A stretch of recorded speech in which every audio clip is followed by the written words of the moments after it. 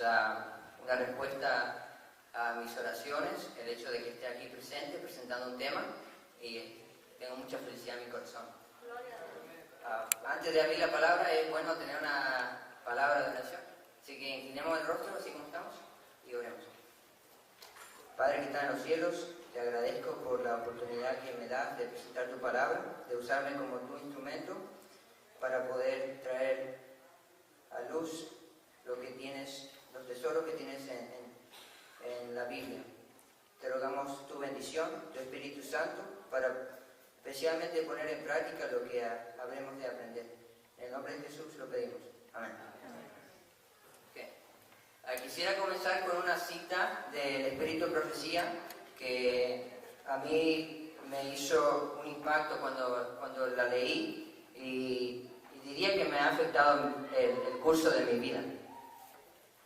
Y dice así: se nos concede, y está en el régimen alimenticio, y es en la primera página, el primer párrafo. Se nos concede una sola vida, y la pregunta que cada uno debe hacerse es: ¿cómo puedo invertir mis facultades de manera que rindan el mayor provecho? ¿Cómo puedo hacer más para la gloria de Dios y el beneficio de mis semejantes? Pues la vida es valiosa solo en la medida en que se la usa para el logro de estos propósitos. Especialmente cuando uno es joven, se hace la pregunta: ¿cuál es el propósito que yo tengo para mi vida? Y aquí se nos muestran dos propósitos sumamente importantes. El primero es vivir para la gloria de Dios. Que todo lo que nosotros hagamos pueda producir que la gente diga gracias a Dios. Y entonces Dios así es glorificado por medio de un cristiano fiel y verdadero que vive de acuerdo al Evangelio. Y el segundo, que haciendo lo mismo se puede cumplir los dos propósitos, es el ser beneficio para el semejante. El tratar de llenar las necesidades de las demás personas. Nosotros en el mundo podemos ver a nuestro alrededor que hay gente que no tiene para comer, hay gente que están en enfermedades, y seguramente uno de ustedes todos pueden pensar en alguien que está pasando necesidad. Entonces ahí es donde nuestro propósito de como hijos de Dios ir y llenar esa necesidad y de ayudar a las personas. Así se cumple este propósito de donde Dios es glorificado y donde uno es beneficio para el semejante, y como tercer punto, uno es beneficiado al ser desarrollado el carácter de Cristo en uno mismo, lo cual no es desarrollado tanto por lo que leemos, sino por lo que hacemos. ¿Okay? Ahora, quiero compartir una pregunta, y es: ¿cuánto abarca el bien? Y ya se ha mencionado el versículo de Mateo 7:12, donde dice la regla de oro: hacer a los demás lo que uno quiere que le hagan.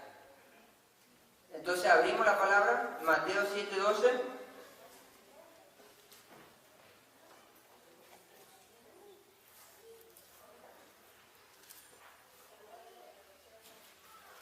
Y dice así: así que todas las cosas que queráis que los hombres hagan con vosotros, así también haced vosotros con ellos, porque esto es la ley y los profetas.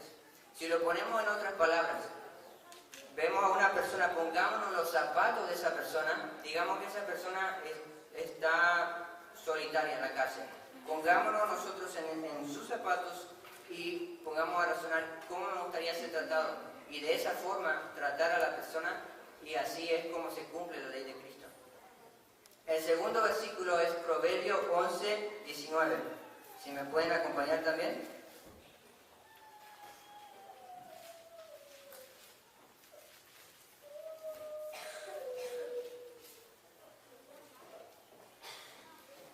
Y dice así: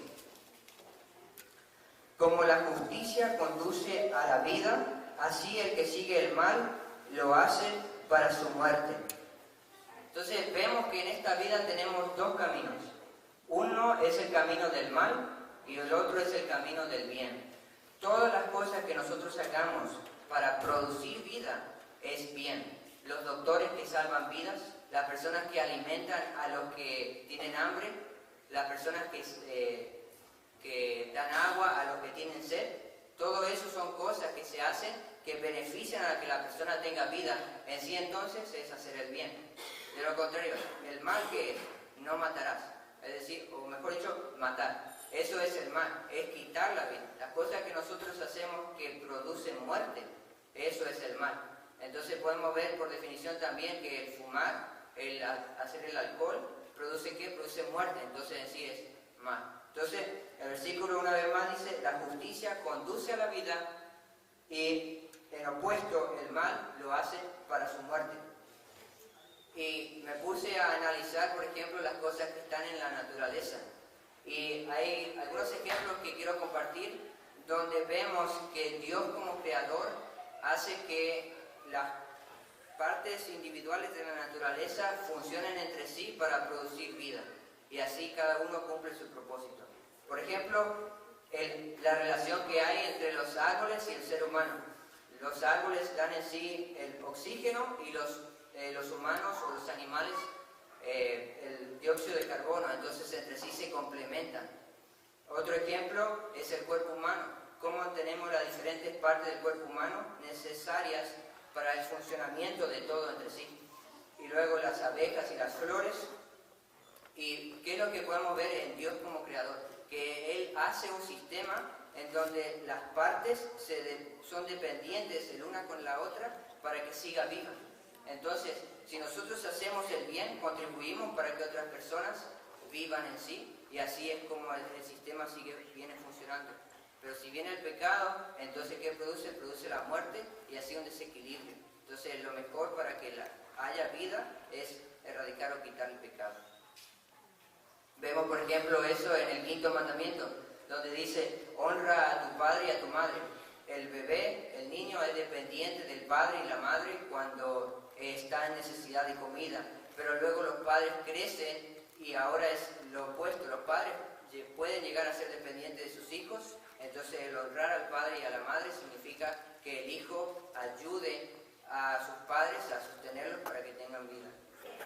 Y me gustaría compartir algo muy interesante, si hay alguien en el sonido, ¿verdad? Es una imagen. Okay. Es una imagen que un estudioso de psicología hizo con respecto a las necesidades que hay en el ser humano. Es Maslow, Hierarchy of Needs.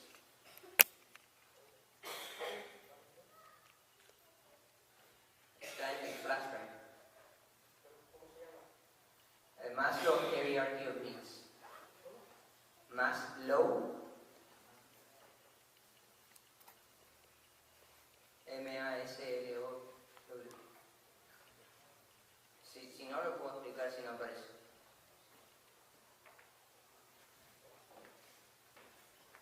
Bueno, en sí, lo que este psicólogo hizo fue analizar con su mente cuáles eran las necesidades del ser humano. Y entonces hizo una escala de las necesidades. Y tenemos debajo las necesidades físicas y luego va creciendo. Y podemos ver, entonces, si nos enfocamos en querer hacer el bien, en cuáles son las necesidades donde yo puedo ayudar a las otras personas. Ok, esta imagen es una simplificación y vemos abajo que dice physiological needs. Ahí tenemos las necesidades que son la comida, el agua, el techo, sí, el calor. Luego la siguiente, ¿alguien está familiarizado con esta teoría de psicología? Sí, a mí me pareció muy interesante, pensé que sería bueno agregarla para el tema. Luego, la siguiente necesidad es la necesidad de seguridad. Esta necesidad es una necesidad donde uno quiere sentirse seguro de que no vaya a recibir violencia, de estar en un ecosistema donde no haya, donde uno no sería herido. Luego, la necesidad de compañerismo, love and belonging, y la necesidad de estima propia, y por último se le dice self-actualization, que significa el desarrollo de uno mismo como persona en alguna área donde lo lleve a su potencial. Y me pareció interesante unir esto con las palabras de Jesús que dice: tuve sed, tuve hambre, me disteis de comer y de beber. Entonces ahí vemos la necesidad de cuál es la fisiológica.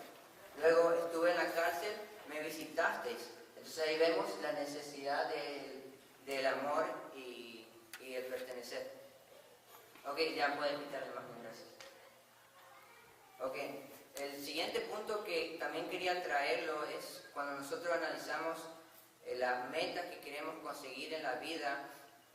Hay dos cosas que enseña el espíritu de profecía que nos vamos a llevar al cielo, cosas que nosotros podemos enfocarnos aquí en esta vida. Una es el carácter que nosotros desarrollamos aquí, va a ser el carácter que nosotros vamos a tener también en el cielo.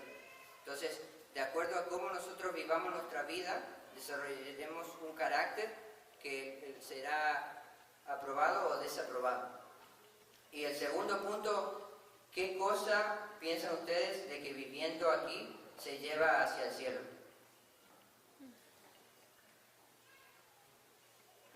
¿Qué es lo que Jesús nos pide que hagamos? Que hagamos discípulos. Discípulos. Entonces, las personas que nosotros le hayamos hablado del Evangelio, luego se produce la semilla y nosotros contribuimos para que esa persona sea salva, son también otras cosas que se lleva hacia el cielo. Entonces, esas dos cosas son muy importantes: el carácter que nosotros desarrollamos en esta tierra y las almas a las cuales nosotros le damos el testimonio para que vayan al cielo. Y son cosas de valor tan importante como lo es la eternidad. ¿Ok?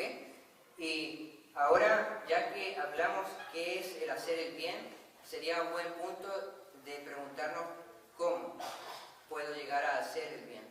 Entonces, quiero que me acompañen por favor en Romanos 8:7.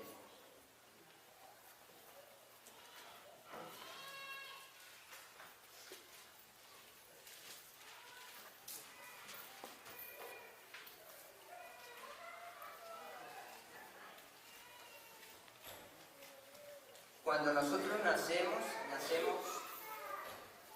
en pecado, con una naturaleza pecaminosa, y por eso es necesario que nosotros volvamos a nacer y veamos qué es lo que dice Pablo con respecto a esta naturaleza con la cual nacemos.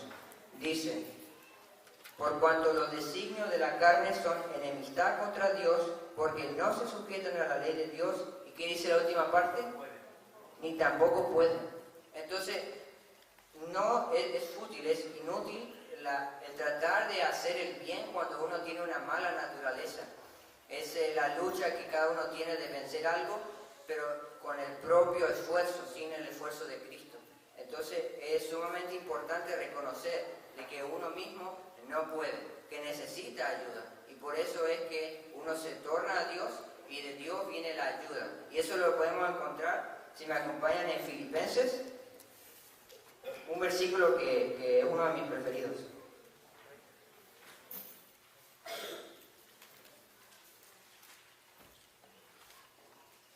Filipenses 2:13.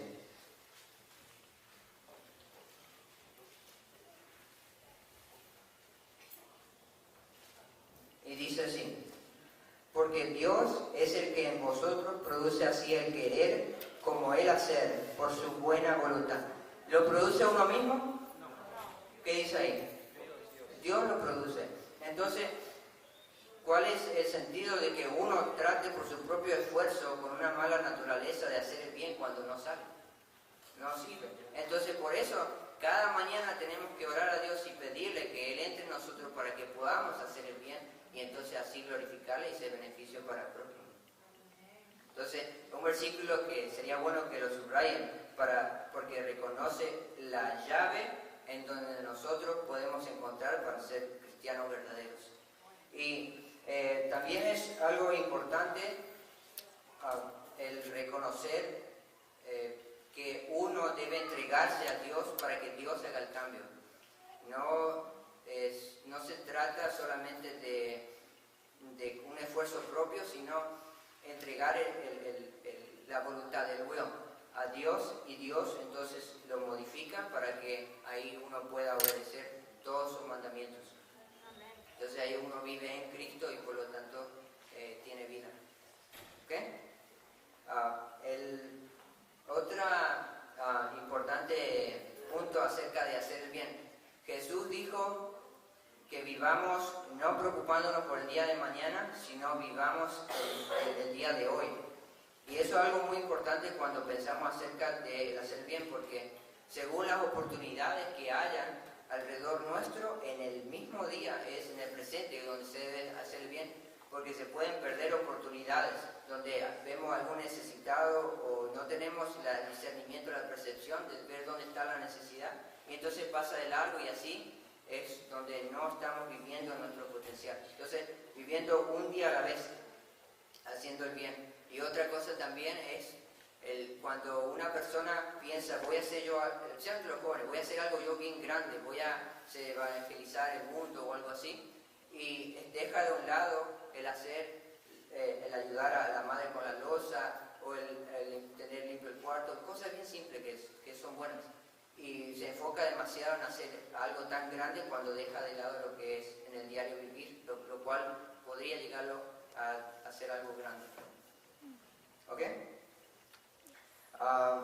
Luego, un punto importante, estaba hablando con un hermano acerca del tema y me dice él que tengas cuidado de que no hagas todo el tiempo una cierta obra y dejes de lado lo que es la familia, que dejes de lado lo que es la familia, lo que es el sustento propio. Y sí, es muy cierto, ambas cosas son buenas, pero debemos en la vida vivir un buen balance. Y eso lo vemos en las palabras que dijo Jesús cuando dijo él, orar para que haya más obreros. Eso es una clave importante para el obrero, de reconocer de que no debe abarcar él solo el mundo, porque entonces se va a hacer mal a su salud.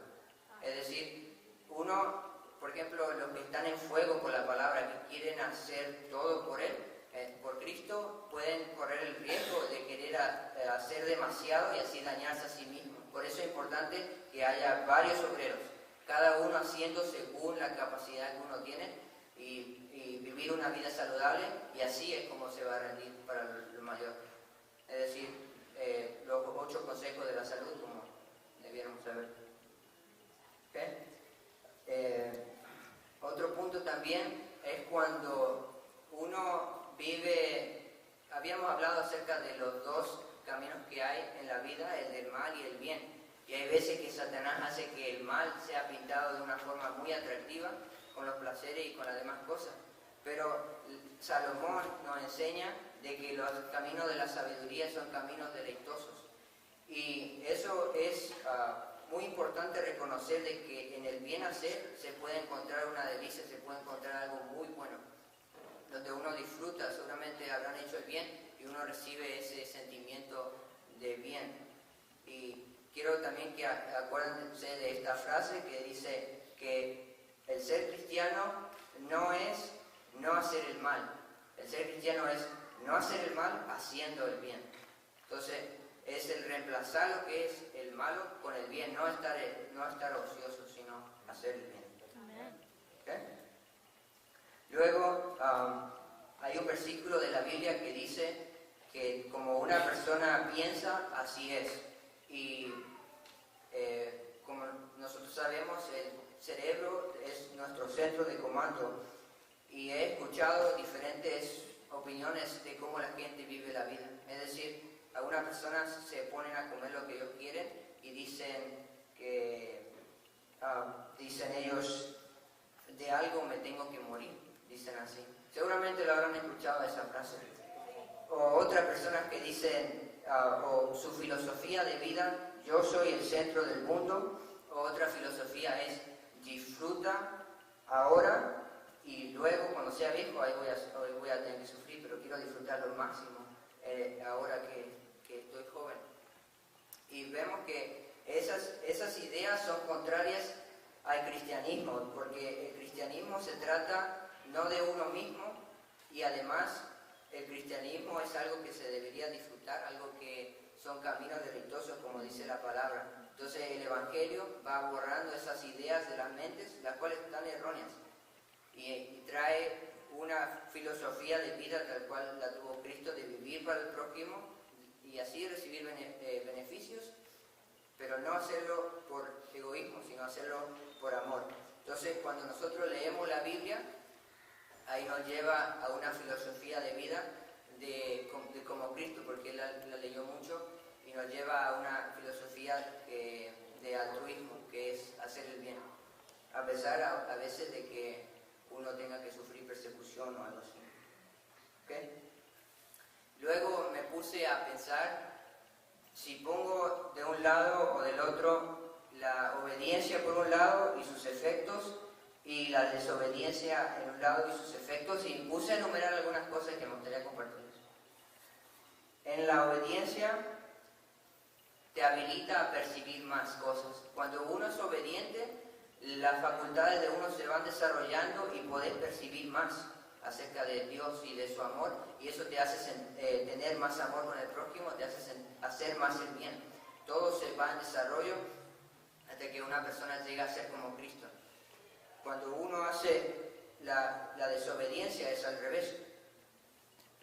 Las facultades que uno recibe de parte de Dios se van deteriorando, la inteligencia se va deteriorando, luego se va deteriorando el cuerpo, hasta que uno llega a ser inútil y una carga para la sociedad. Luego, la obediencia trae un gusto permanente que va creciendo. Es una paz y un gozo que crece y crece y crece más. Es como dijo Cristo, mi paso dejo, mi paso doy. También dijo Pablo que uno de los frutos del Espíritu es el gozo. Y es algo que el cristiano tiene que recibir. Pero al revés, la desobediencia es un gusto temporal, pero una culpa permanente. Es decir, uno pasa por un alto de alguna cosa que hace mal, pero luego vienen los efectos donde se siente uno la culpa, se siente el mal, y en vez de uno estar creciendo, se va cada vez más deteriorando. Luego, la obediencia le da a uno dignidad en la sociedad, y la desobediencia hace que te hace odioso. Hay un versículo de Proverbios que el impío es odiado, es rechazado, y eso se puede ver muy bien cuando aparecen las imágenes de algunos criminales, y entonces los comentarios ahí, como no va a encontrar un buen comentario difícilmente acerca de esa persona. Entonces, el hacer el bien te trae dignidad, y el hacer el mal te hace odioso eventualmente en la sociedad.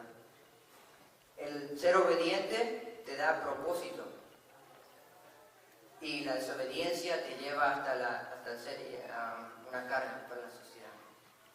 Y por último, me gustaría compartir de la misma página del régimen alimenticio, muy bonito como dice: cada hombre tiene la oportunidad en alto grado de hacer de sí mismo lo que elija hacer. Las bendiciones de esta vida y también las del estado inmortal están a su alcance. Puede formar un carácter de gran excelencia y adquirir nueva fuerza a cada paso. Puede avanzar diariamente en conocimiento y sabiduría, consciente de que el progreso le proporcionará nuevas delicias y añadir una virtud a otra, es decir, el progreso de la percepción, cómo uno va percibiendo cada vez más cuando uno es obediente. Una gracia a otra.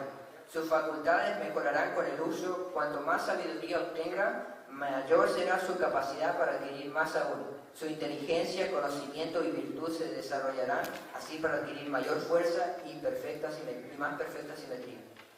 Y luego el lado opuesto. Por otra parte, puede permitir que sus facultades se errumpren por falta de uso, o que sean pervertidas por malos hábitos y por falta de dominio propio o de vigor moral y religioso. Entonces marcha hacia abajo, es desobediente a la ley de Dios y a las leyes de la salud. El apetito lo domina, la inclinación lo desvía. Le resulta más fácil permitir que los poderes del mal, que están siempre activos, lo arrastren hacia atrás que luchar contra ellos y avanzar. Sigue luego la disipación, la enfermedad y la muerte. Esta es la historia de muchas vidas que podrían haber sido útiles en la causa de Dios y la humanidad.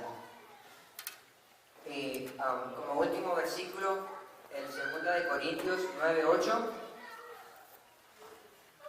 que ya se había leído.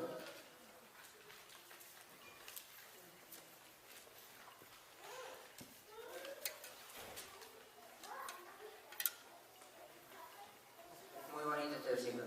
Dice, y poderoso es Dios para hacer que abunde en vosotros toda gracia, a fin de que, teniendo siempre en todas las cosas todo lo suficiente, abundéis para toda buena obra.